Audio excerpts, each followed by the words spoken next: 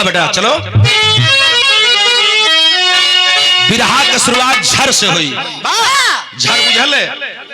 तोर जन्म ना भल तब बिरहा में झर गवा। आवा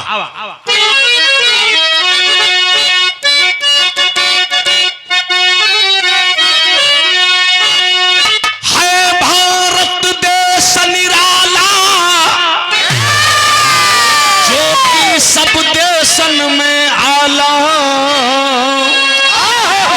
जहवा सत्य शिरोमणि एक एक थी नार।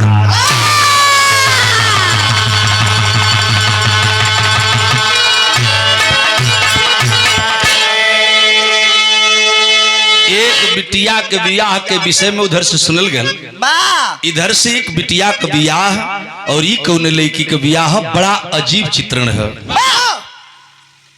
भाव बिरहा का लगी एक लाइन कव्वाली हो, फिल्मी कव्वाली बेटा, तनी सस्वर दे तो बना के।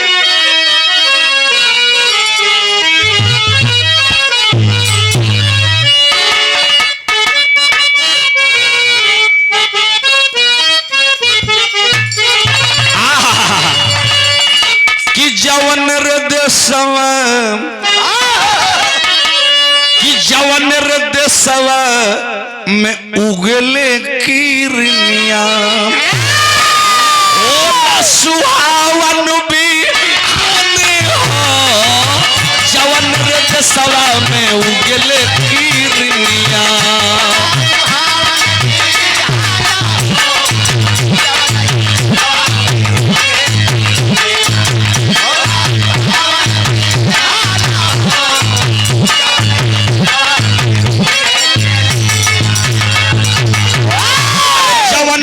सवा में उगले किरनिया, होला सुहावन भी उन होला गावल कि वो हृदय सवा में घर मोरा हुआ, ओ हृदय सवा में घर मोरा नौवा परल हिंदुस्तान हो, वो हृदय सवा में घर मोरा हुआ।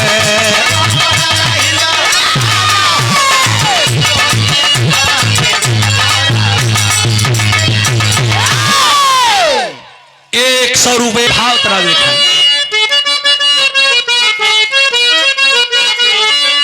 कि सारे जहां में है,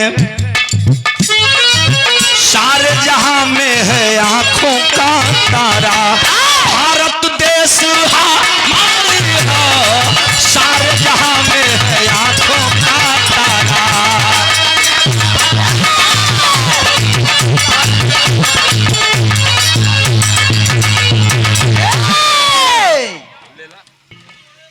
गौर कर भी कौना लड़की के बाद चर्चा कर जाती, भाव लगल बेटा, शायर का संगत लगी।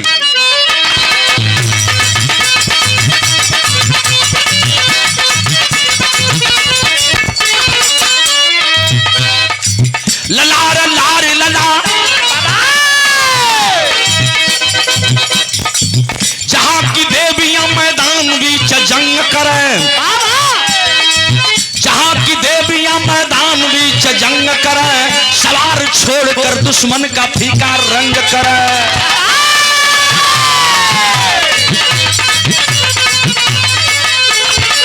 जहां 24 बार भगवान ने अवतार लिया, जहां 24 बार भगवान ने अवतार लिया,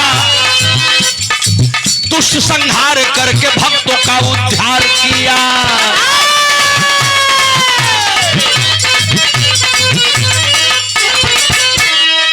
हरिंदर अनुपम देश वही,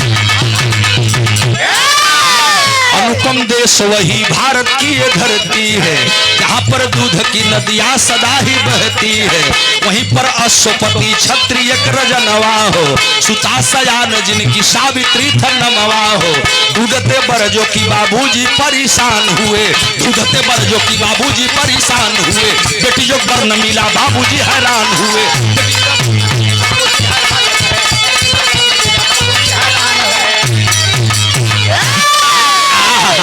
राजा अश्वपति सेन महाराज का नाम आप लोगों ने सुना होगा मेरे बाबूजी। राजा अश्वपति सेन महाराज के इकलौती बेटी नाम रहल सावित्री। राजा का लड़की है सयान हो गई, राजा के चिंता हो गई, बियाह कर दें, लड़का खोज लगल। तीनों लोग 14 भुवन में लड़का खोज गल, बेटी जोगे दुल्हा मिलबन कई। राजा कपार धय के आए के घरे बैठ गई। सावित्री देखली बाबूजी उदासल हुआ, गईली पानी लेके कहली बाबूजी का हो गल? कल बेटी अनर्थ हो गल। लगत बात दुनिया में तोहरे जोगे कहीं बर न हो, दुल्हा न हो, और हमार बेटी कुंवारे रह जाई, बड़ा चिंता का विषय हो। राजा चिंतित हुए, बेटी समझा रही है राजा की जी न मनल। वो मंत्रिमंडल को बुला लिए और मंत्रिमंडल बुला करके एक फैसला कर लिए कि अगर जौने लड़की का दुल्हा न मिले ओकर एक ठे विकल्प बा। राजा कलन की कौन विकल्प बा? तो मंत्री लोग बतौलन, दरबारी बतौलन कि बेटी को आज्ञा दे दिया जाए कि ये अपने वर का वर्ण कर ले, यानी अपने पति का चुनाव कर ले, जेके अपन पति मान ले वही से कर बियाह कर दे। राजा आज्ञा दे देला सावित्री की कि बेटी जाओ और दुनिया में घूम करके तू अपना पति खोज लो, जिसको अपना पति मान लोगी उसी से तेरी सगाई हो जाएगी। यह फैसला हो गल संदीप बाबू। तब भैल का बिरहा में गीत लगल, दुल्हा खोजा वाली तरस लग गई विमलेश।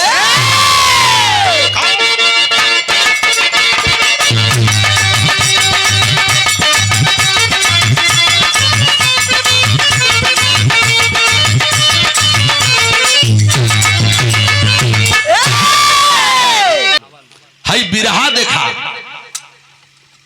लड़किया के अपन दुल्हा खोजे खातिर बाबूजी कहलन तो उसने तरस लग गई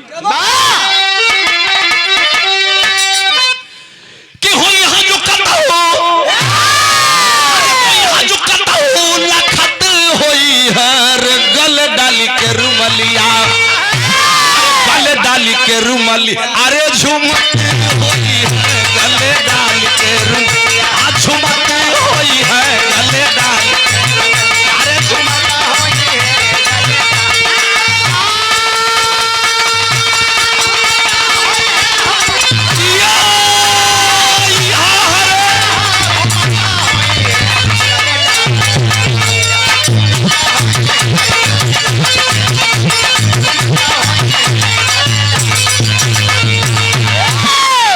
लेकिन पर जोगरथिया, अरे पर जोगरथिया सजाय लेहली। लड़की अपन दुल्हा खोजे खातिर चलल, भुल्ली भाव कितना सुघर तन देखा। पर जोगरथिया सजाय लेहली, कन्या मंत्री के संगवा लिया चलली, कन्या मंत्री के संगवा।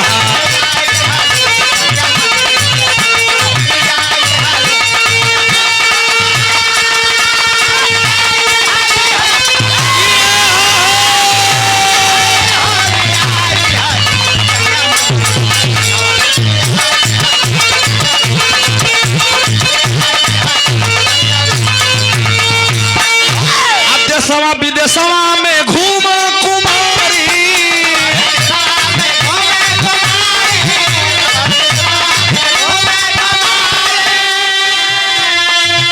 लेकिन बरना मिलल अइली जंगल मधारी।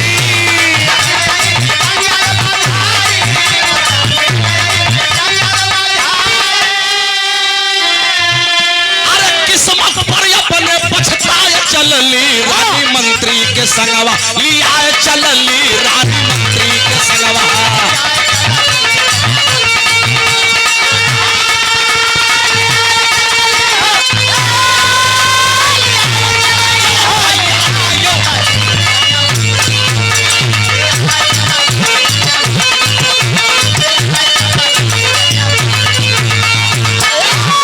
तीनों लोग 14 भवन में लड़की दुल्हा खोज आल, कहीं वहू के दुल्हा मिलबन कर। एको लड़का पसंद ना भल मोर बाबूजी, तो लड़कियां घरे वापस आवत रहल। और जब लड़कियां मायूस होकर घर आ रही थी तो जंगल के बीचों बीच रास्ता रहल, जैसे हमरे भैया के बिरहवा में रहल, जंगलवा में रास्ता रहल, डहरिया पकड़ के जात रहल, तो लोग जंगलवा में ठक करिश्मा हो गल। वहर इनार भेटा लिहा,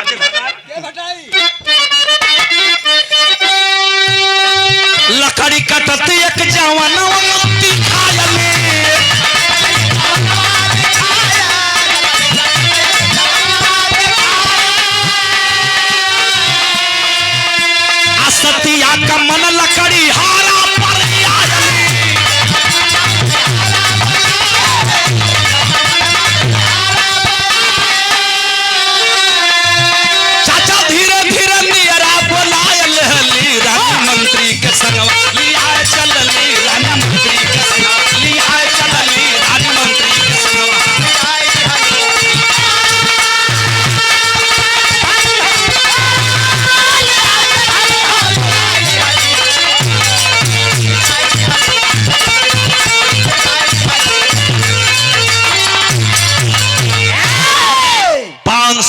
न मिलल, लड़किया पछताए करके वापस आवे लगल।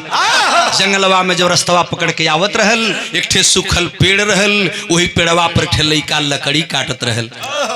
मंत्री जी के देखलस, कहला मंत्री जी रथवा को रोक दीजिए। और जब मंत्री जी रथ रोकलन तो लड़की का निगाह वो लड़का पर गई और नीचे बुलाती है आ कहे लगल तुम्हारा परिचय क्या है। तो बिरहा सुनने वाले श्रोता बंधु दिमाग इधर उधर न हो, लड़का लड़की में बात होखे लगल। वो पूछत बा कि हमार परिचय जान के का करबू।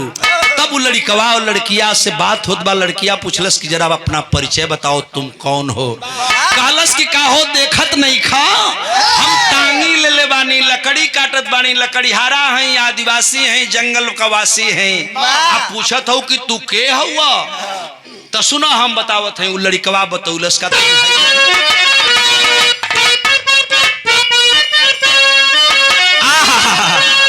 भैया कि नाम सत्यवान भूपति। ए बेटी, ए कन्या किसी राजा की लड़की लगती है तू। सुन, ये मंत्री हैं, मेरा परिचय जानना चाहती है ना, तो मैं कौन हूं बता रहा हूं। लड़का कि नाम सत्यवान भूपति से न कललनवा, काटी करके लकड़ी बीताईला जीवनी। अंधी अंधा माई बाप राजा पाट छिनी गईल, ऐसा न समैया की भड़ली परेशानी। त्रिया मन मन गुण, उन्हें लड़कवा परिचय बतावत है। आयने त्रिया मन मन गुण वही सत्यवान के बर चून। पूछली नक्षत्र पता मन मोही रनी। अली भवन छन बाबूजी से बोली बन कि भूपत से न महाराज की भेजी दान लगनी। ए लड़की, तू मेरा परिचय जानना चाहती है पगली। तो मेरा नाम सत्यवान है, मैं भूपत सेन महाराज का बेटा हूँ। मेरा राज पड़ोसियों ने छीन लिया है, हमार माई अंधी है। ए बहनी, हे राजकुमारी, चाहे तू जे हो खो, हम तारा के नहीं खी जानत, लेकिन हमार बाबू भी अंधा हुआ, हमार माई भी अंधी है। ये लकड़ी काट के ले जाइला, बाबू माई के पाली ला। माई बाबू अपने राज्य के गम में रोवत रोवत आन्हर हो गई हुआ। ये बात जब लड़की सुनल, वही लड़कवा के टुकुर टुकुर ताके लगल और दिमाग में बात नाचने लगी कि अब ऐसे सुघर दुल्हा ये धरती पर कौनो न बा। आइल घर अपने पिता अश्वपति सेन महाराज से बतौलस, बाबूजी भूपत सेन महाराज को लगन भेज दीजिए। अरे वाह, कौन है वो बेटा। जब सत्यवान का नाम आइल ते बाबू राजा न रलन पंडित ज्योतिषी लोगों को बुलाए। ब्राह्मण और ज्योतिषी आके बैठ गए। सत्यवान और सावित्री का लगन मुहूर्त दिखाए लगल। आज जब लगन मुहूर्त दिखाए लगल न, तो हे हमारे बिरहा सुनने वाले पंच गोसाई, तनी सा 5 मिनट गौर करी हैं। वो पंडित जी लोग ज्योतिष देखा लगल, गणना बनना देखा लगल, तो देखते देखत सब लोग कपार धल हल और कपार धल बतावत का हुआ पंडित जी लोग। बिरहा गजब है।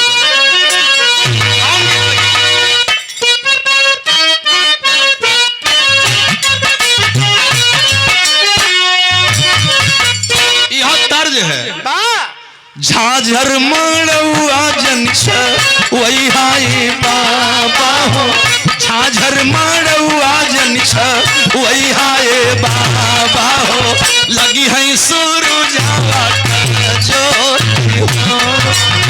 झाझर मड़ुआ जनिछ वही हाय बाबा हो।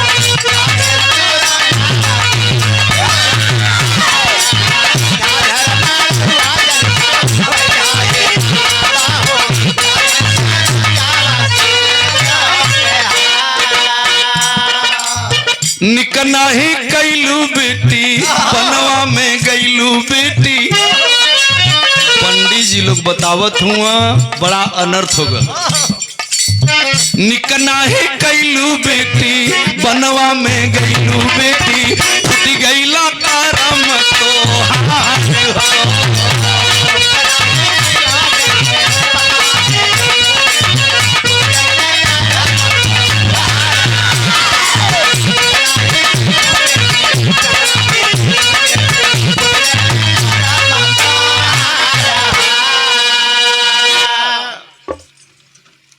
सोनबरसा के धरती से तू अनर्थ हो गल बेटी का कर दे रे तू के दुल्हा मान ले अब वो से अपन फैसला वापस ले।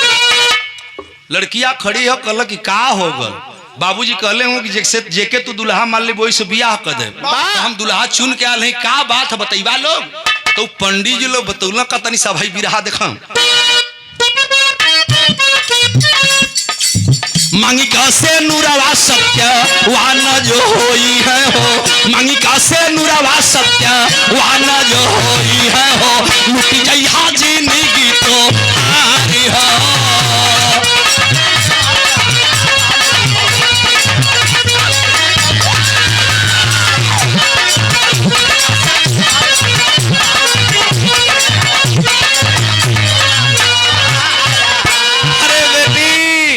जौना लड़की के दुल्हा मान के आल ऊ तोहरा शादी जोगे ना अपन फैसला वापस ले लो कल क्यों बताएंगे तो पंडित जी लोग ज्योतिषी लोग बतौल कि बरहे महीनवा बाटे उनकर उमरिया हो बरहे महीनवा बाटे उनकर उमरिया हो आ लुट जई हाँ से नूरा तो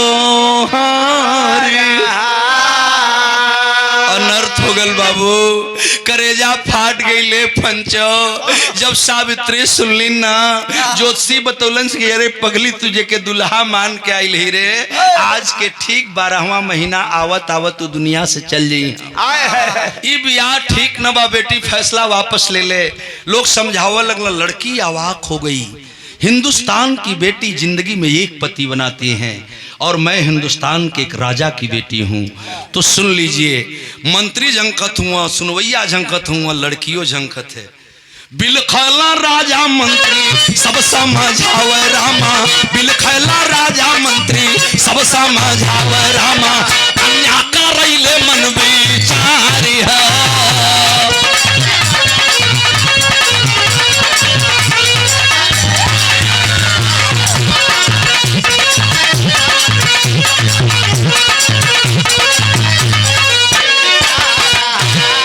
सोचने लगी और 2 मिनट खामोश रही।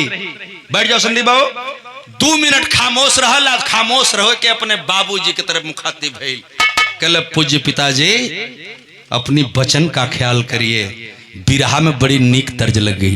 कौन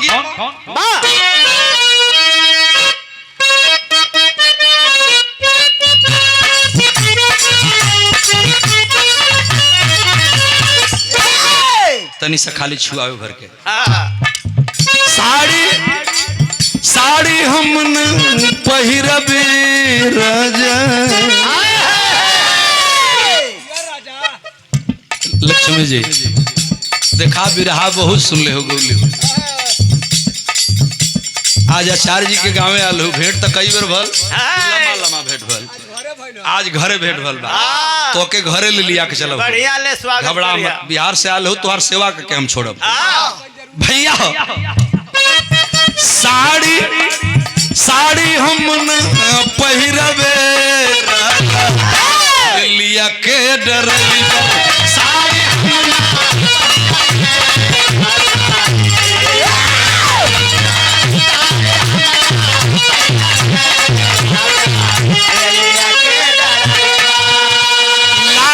मिस्त्री कन्या कन्या फैसला सुनाए होई बाबूजी अब हमार बियाह जब होई तो सत्यवान से हुई तोहार लड़की है तू हमके पाल पोस के सयान कर दिला अब तू बियाह कर दा हम दुल्हा चुन ले आ सुनो अभी तोहार जिम्मेदारी नहीं खे कि दुल्हा हमरा संगे एक दिन रही कि 1 महीना रही तू बियाह करके हमके उनके घरे भेज दा उनका मड़ई के घर बाकी खपड़ा के बाकी बिल्डिंग बा ऐसे तहार मतलब न बा।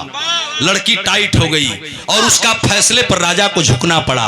अये बाबू है भल जो आप लोग जानत हैं कन्या फैसला सुनाए होई गैली सगाई गैली सासुर में आए होई गैली विदाई गैली सासुर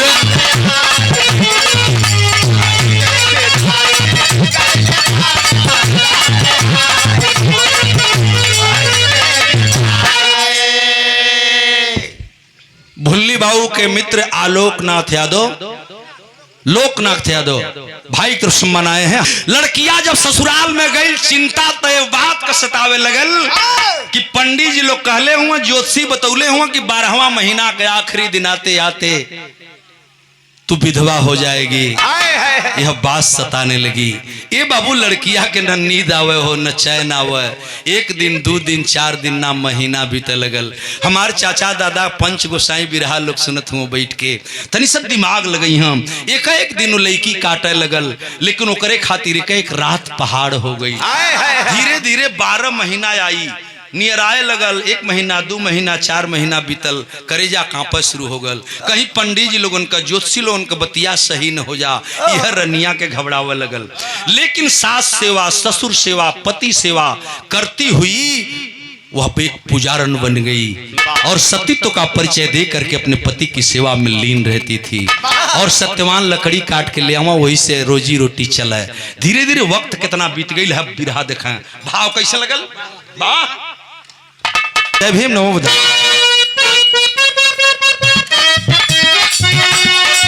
गिनवा गिन गिन बीतल महीना, गिनवा गिन गिन बीतल महीना, सतिया पति की सेवा कीना। गिनवा गिन गिन बीतल महीना,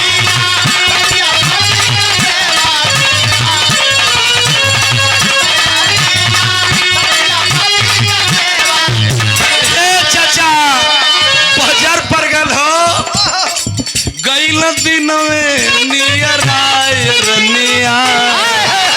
1 महीना 2 महीना 6 महीना 9 महीना बीत गई। 10वां जब लगल करेजा कांपे लगल। 11 महीना बीत गई। 12वां महीना का आखिरी दिन जोड़े खातिर 1 दिन 2 दिन 25 दिन बीत गई। अब तो और बेचैन है लड़की, लेकिन दिल के अंदर एक बहुत बड़ी उमंग है। और सोच क्या है उस लड़की की, सतीत्व के बल पर वो लड़की बात कहने लगी। भाव विरह का लगल।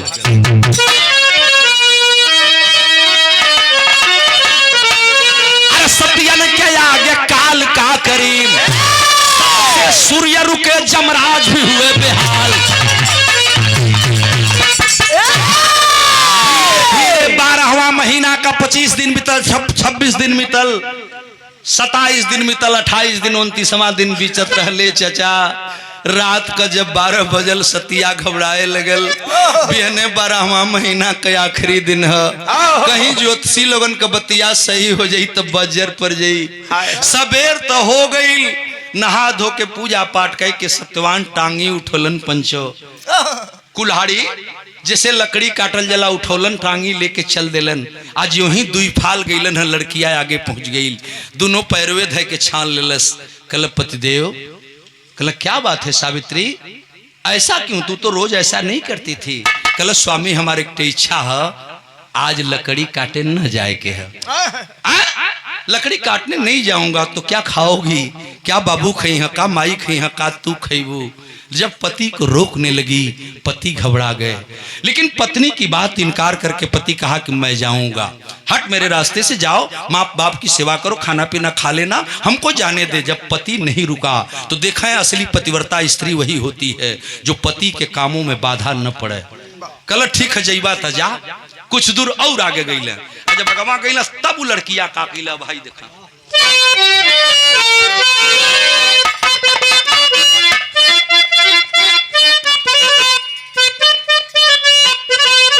जल्दी में रह तो काम बिगाड़ ना नहीं कले, खाली हमके तनी से छुआ के देबे तो हम लहा ले। छुआवे खाली जगह तो चाहिए, यह करत कर जिंदगी बीतत है भैया।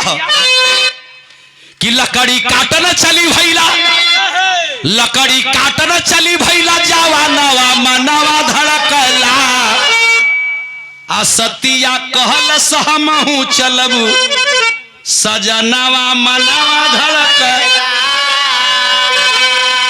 ना मनवा जैबे करवा, तो जब जही के है ना तो हमहू के लिए ले चला। तो सत्यवान समझावे, लेकिन सतिया पीछे आई हो। आ चढ़ा पेड़ पर लकड़ी काटन माथा गए चकराई सतिया समझे मौत का कारनावा मनावा धड़कला आये पंचो लीटा जंघे पर सत कवर दिया नवा मनावा धड़कला। जो ही सत्यवान पेड़ पर चढ़लन एक टांगी लेके एक छेव मरले रहलन। चचा चक्कर आ गई, आवाज आ गई, प्यारी सावित्री जरा मुझे बचा ले रे पगली। बाबू कैसो कैसो नीचे आने लगा, स्वामी आप नीचे आ जाओ। सावित्री तो जानती थी, समझ गई कि पति की अंतिम घड़ी आ गई। ए चचा सत्य सुमिर करके एक सत्य का दीपक जलाती है, जंघा पर पति का सिर रख करके सहलाने लगी। पुराण बतावाला गौरी शंकराचार्य नहीं लिख रहा है, पुराणों में लोगों ने लिखा है, विद्वानों ने लिखा है कि उसी समय सर को सहला रही थी, जमलोक से जमराज चल दिए सत्यवान का प्राण निकालने के लिए। लेकिन चुटकी भर सिंदूर की लाज को बचाने के लिए सावित्री अपने पति को लेकर के बैठी है। बिरहा गजब हो गल। कैसे बेटा?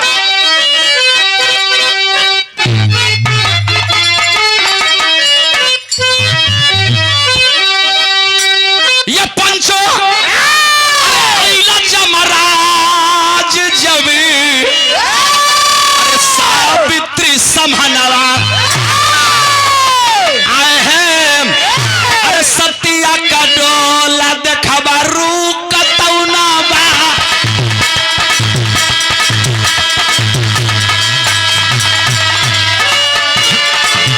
भैया सतिया का डोला अब रुक तौनाबा।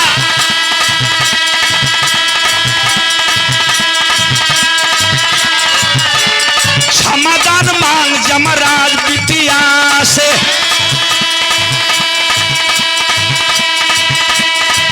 अरे पहली बारी हथवा जब दिहला बाढ़ा तोले अगिया कलपट उठल दिया ना से। अरे लागे जमराज जी भस्म होई जा।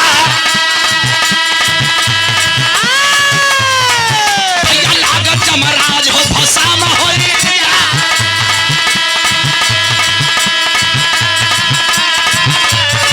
यार, क्षमादान मांग करके प्राण के निकला।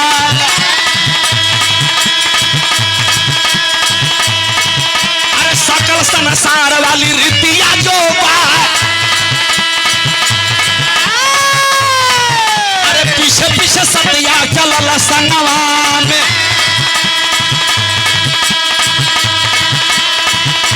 सत्य के दिया नवा के लेहाली जा रहा। अरे कहा जमराज बेटी घरवा लौटी जा। अरे तुहरे सजनवा का समैया पूरा लूबा।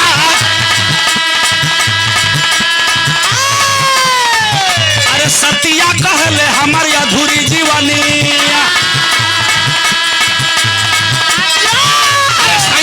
कैसे कहिया रवा माना।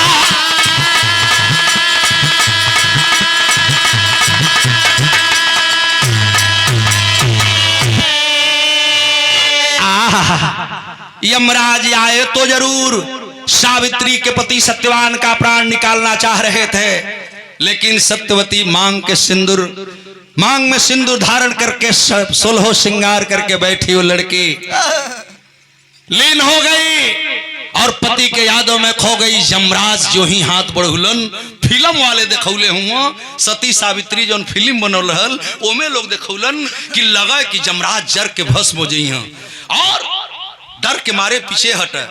सावित्री के छल कर दिलन। जानत है छल का कह दिलन? सत्यवान के अंदर हलचल पैदा किए और सत्यवान के मुंह से आवाज एक आ गई कि रानी जरा पानी पिला दो, प्यारी जरा पानी पिला दो। आज पति पानी मांग दिए, पत्नी बेचैन हो गई।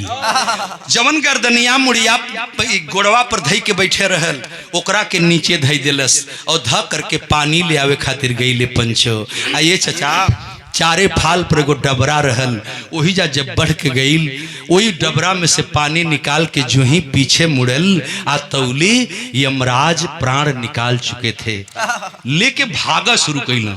आज जब भागा शुरू कैला सत्य का दीपक उठाती है वो बच्ची और जमराज के पीछे लग गई।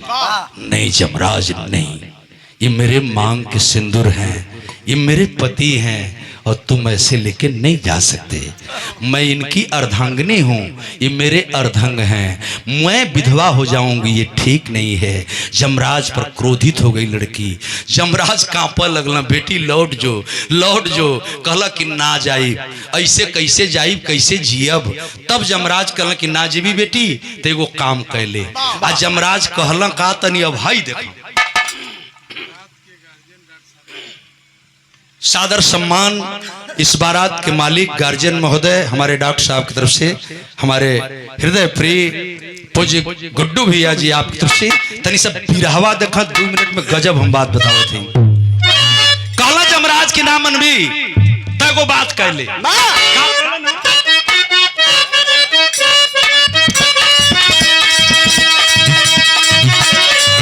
अरे कहा जमराज बेटी मांग ले मंगना,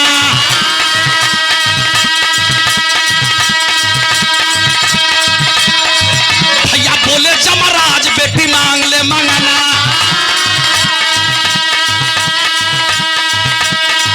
लेकिन छोड़े अपने पति वाला प्राण समझा। ए बेटी हमरा से कुछ बर मांग ले, आ जवन चाही तवन मांग ले, लेकिन लौट जो। फिर जमराज सचेत हो गया, कहला कि एगो बात ध्यान में रह, अपनी सैया की प्राण के छोड़ के जवन मन करी तवन मंगिए। सावित्री चलाकी समझ गई, कहला कि जमराज ठीक है। 3 वचन लेलस, आ 3 वचन लेकर के सबसे पहले बहू होने का फर्ज अदा करती है। और वो लड़की पहला वरदान का मंगलस कि सास ससुर अंधी अंधा खोल दा नया ना।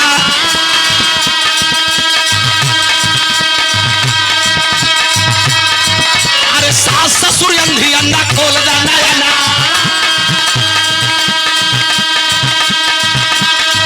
और राजपाट सगरो वापस होई जा।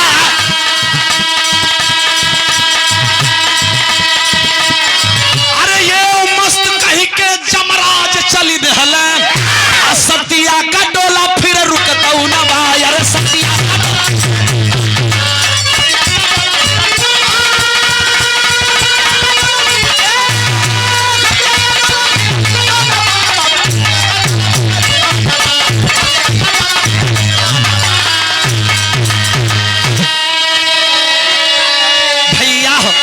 सब बिरहवा के समझ ली ताकि कहानियां समझने में दिक्कत न हो।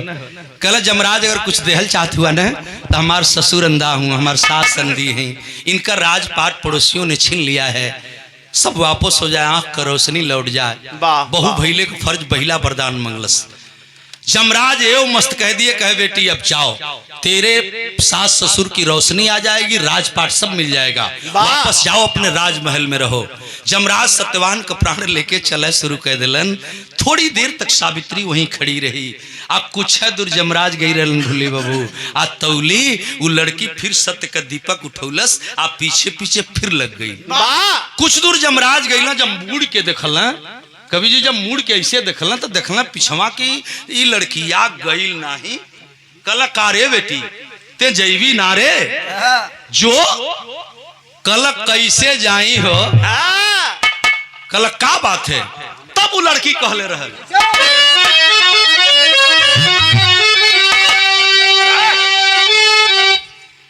कि जहां जाले सैया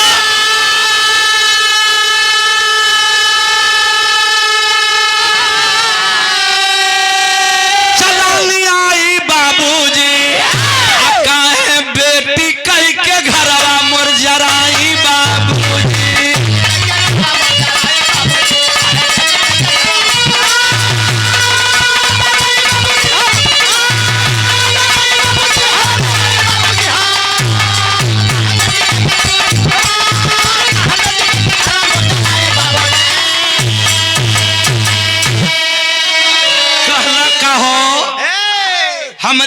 सैया के तू लेके जात हुआ, हमरा के कहत हुआ कि तो जो बेटी लौट जो तो कैसन बाप हुआ कि हमके बेटियों कहत हुआ आ हमके विधवा बना के जात हुआ। हमरी सैया के तू लेके जात हुआ, हमके लौटे कहत हुआ, कैसन बाप हुआ। यमराज कांपने लगे, निकल पड़े आगे। फिल्म वालों ने दिखाया कि जब कुछ दूर अगवा गईलन न ये चाचा, अग्निकुंड पड़ल और अग्निकुंड पार करने के लिए यमराज तैयारी करने लगे। आतोले सावित्री पीछे हाजिर हो गई। कहला बेटी आगे अग्निकुंड है, तू जाएगी तो जल जाएगी, लौट जा। कहला कि ना जाई, हमरे सैया के तो तू लेके जात हो, हम जाइब तो रहब के करा पर। कहला कि बेटी कुछ और मांग ले लेकिन लौट जो, लेकिन ध्यान रहो अपनी सैया की प्राण के छोड़ के जौन मन करी तौन मंगे। फिर सावित्री चुप हो गई। आ 3 वचन लहलस। 3 वचन लहले के बाद दूसरका वरदान मंगलस। दूसरका वरदान मंगलस और दूसरका वरदान का मांगा जाता तनी भाई बिरहा देखा। अग्निकुंड के पास में पहुंचा सतिया पीछे आव। यमराज कहे कि लौट जा बेटी, अरे बार बार समझावे हमके नैहर में द पिठिया पर का भाई बाप।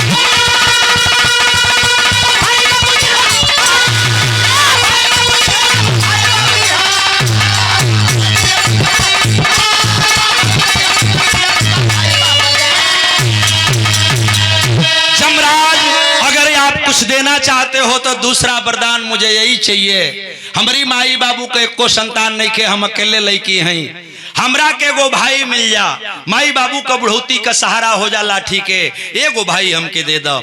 यमराज कलन बेटी तो के भाई चाहिए हो, मस्तथास्तु ऐसा ही हो, जाओ जाओ बेटी। वरदान दे के दूसर को चल दिलन। अब अग्निकुंड में हेल गईलन। आज जब अग्निकुंड पार कर रहे थे तो फिल्म वालों ने दिखाया है पर्दे पर, बीच अग्नि में जाके आप पीछे से ताकत हो कि गोइल की ना, तौले देखला कि सावित्री फिर पिछवा वही अग्निकुंड के ऊपर सावित्री खड़ी है सतीत्व के बल पर। कलश की कहा जाइबा हम हो जलब, कल लौट जो बेटी, आगे बड़ा कठिन रास्ता है, अब वो तो चल जो, जौन मंगली तो हम दे दिली, जा बेटी जाए, आगे नहीं जा सकती। कल कि हम ना जाए, समा हमार सुहाग हमार सिंदूर हमरे मांगी का सिंगार तू लेके जात हुआ, तो हम लौट के कहा जाए, हम हूं चलब। तब यमराज कलन की बेटी ना मनबी तो कुछ और मांग ले।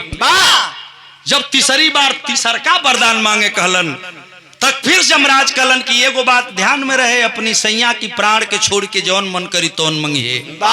लड़किया कहलस न पंचो कि ठीक हो, 3 वचन लेती है, आई तीसरका वरदान मांगे जाती है। का मंगलस? अग्निकुंड के पास में पहुंचा सतिया पीछे आव। यमराज कहे कि मांग ले कुछ, बार बार समझावे, गोद में सुगना दे दा हमके एक हरसाई बाबू।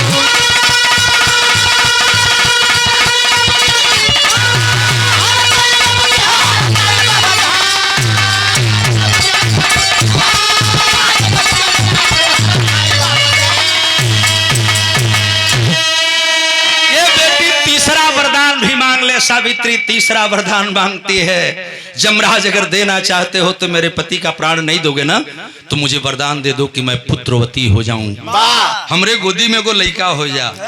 कहला यमराज के अरे पगली तो के लइके चाहत रहल है, तब पहले में मांग ले ले होती, हम तारा के दे देले होती। ए मस्त जाओ पुत्रवती भव। और पुत्रवती होने का वरदान देके यमराज वहां से फिर सत्यवान का प्राण लेके चलना, अग्निकुंड पार कर गई। अब जमलोक में जाए के तैयारी करते दे हुए झरना सगरी राखी ओखी जो रहल झारा लगला, कहला चला अब तक गला छुटल चल गई। आ जो ही दे हुए झार के ठीक भइला, उड़े के कोशिश कैला, यमलोक में तौले सावित्री पिछवा बज्जर पर गल। कहला यमराज की करे बेटी तू गई नहीं रे। अब लड़की कलश का हो कैसे जाई, चल जाई, हाथ जोड़त है हम चल जाई, लेकिन हमके एगो बात समझा। हे हमरे बिरहा सुनने वाले भैया लोग, हे हमारे पंच गोसाई, एक लाइन बिरहा का खाली बाकी बा और एक दिमाग में आप लोग बैठाई। वो लड़किया कहलस कि यमराज हम चल जाए, लेकिन एगो बात हमके समझा दो। तब लड़की का कलस्तनी देखें, पर देकर जमरा चल थर थर का पलताना, सतिया कहा कैसे लौट के जाई, कैसे होई ललनवा, जबकि साथे में सजनवा लिहले जाई बाबू।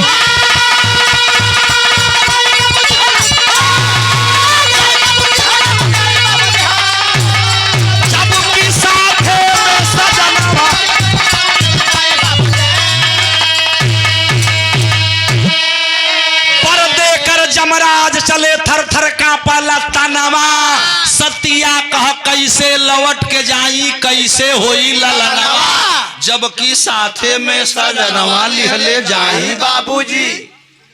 कहो तू हमके वरदान देले हुआ कि लइका होई, आ हमारी सैया के तू लेके जात हुआ तो लइकवा कहाँ से होई? अरे घोड़ा धुरियंडा, जमराज के मार दल हो जा ठंडा, अरे जब ठंडा मार दल तो बंडा का छिलिया घोड़ा वही जा कंडा हो गई। कहल बेटी तोता फंसा देली रे, अब तो बना देली कमवा, जिंदगी में कबो वरदान न देली, वरदानो देव कैली तो तू फंसाई देली। यही तरह एक बोल लइका साला मंगरुआ फंसौले रह। अब वो बात के छोड़ डालो, विराह मार खत्म हो गई। अंतो गत्वा जमराज हाथ जोड़ करके माफी मांगे और सावित्री के पति को वापस करते हैं। सदा सुहागन रहो, यही आशीर्वाद आज के यह विवाह में गौरी शंकराचार्य ही नहीं, नंदलाल रवि ही नहीं, लक्ष्मी प्रियदर्शी नहीं, इतने श्रोता घराती बराती सारे लोग उन बच्चों को दे रहे हैं। जवन दुल्हा और दुल्हन बिटिया रानी हैं, ये जोड़ी सलामत रहे, सदा सुहागन रहे। इसी के साथ सतीत्व के पर्ची पर अपने पति को लेकर के वापस आती है सावित्री। बिरहा के आखिरी लाइन हो गल, गुरुजी मोहम्मद राम सेवक सिंह रामदयाल विख्या, कभी गया लाल जगलू यादव जगधारी से, अरे सत्या